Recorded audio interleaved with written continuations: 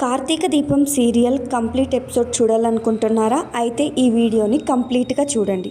అయితే స్వామీజీ ఈ జాతకంలో ఉన్న అమ్మాయికి ఎప్పుడో పెళ్ళయింది అని చెప్తారు. దాంతో ఇంట్లో వాళ్ళంతా షాక్ అవుతారు. అయితే చేతులు మారుండాలి అని చెప్తాడు. దాంతో పారిజాతం గతం గుర్తు చేసుకుంటుంది. అయితే సరే చెయ్యి చూసైనా జాతకం చెప్తారా, మీరు అలా చూసి చెప్తారంట కదా అని అడిగితే జోష్న చెయ్యి చూపిస్తుంది. అయితే తిన్న జాతకం ఇదే అయితే అసలు పొంతనే లేదు అని చెప్తాడు స్వామీజీ. అయితే జోష్న భయపడుతూ ఉంటుంది. అసలు వారసురాలు నేను కాదు అని చెప్పేస్తారా ఏంటి అని. అయితే పెళ్లి రేఖ గురించి చెప్పండి అని పారిజాతం అడిగితే పెళ్ళైతే ఇప్పుడల్లా ఆ గీత లేదు అని చెప్తాడు స్వామీజీ. కార్తిక్ దీప చేయి చూపించమని అడుగుతాడు. దాంతో దీప స్వామీజీకి చేయి చూపిస్తే మహర్జాతకం రాజయోగం ఉంది అని చెప్తాడు. దాంతో కార్తిక్ దీప హ్యాపీగా ఫీల్ అవుతారు.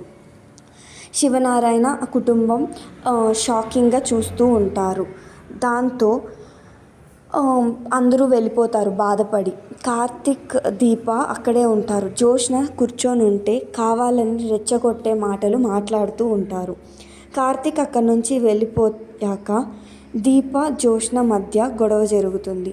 జోష్న మీ ఆయన చాలా ఫీల్ అయిపోతున్నాడు, ఏదో నీకు రాజయోగం రాబోతుంది, రానివవుతావు అని చెప్పేసి కాళ్ళు నిలబడట్లేదు అని చెప్పి అడుగుతుంది.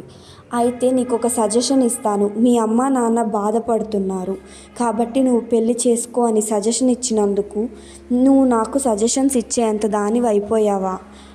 ఇదంతా ఈ ధైర్యం అంతా నీకు ఈ తాళి చూసుకొనే అని తాళి తెంపడానికి ప్రయత్నిస్తుంది. అయితే ఇంట్లో వాళ్ళంతా ఎంత ప్రయత్నించినా వినకుండా దీపతాళిని తెంచేస్తుంది జోష్న. అయితే అక్కడికి సూర్యనారాయణ వచ్చి జోష్న అని అరవంగానే వెనక్కి జరగంగానే ఆ తాళి వచ్చేస్తుంది. దాంతో అందరికీ కోపం వస్తుంది. కార్తిక్ బాధతో దీపని అలా చూడలేక జోష్న పైన కోపంతో కొట్టడానికి లేస్తాడు. అయితే సుమిత్ర కార్తిక్ కోపం గమనించి జోష్నని కొడుతుంది. దాంతో అందరూ షాక్ అవుతారు. అయితే తరువాయి భాగం రేపు ఏం జరుగుతుందో తెలుసుకోవాలనుకుంటున్నారా? ఇలాంటి అప్డేట్స్ ముందుగా తెలుసుకోవడానికి మన ఛానల్ని లైక్ చేసి షేర్ చేసి సబ్స్క్రైబ్ చేసుకోండి.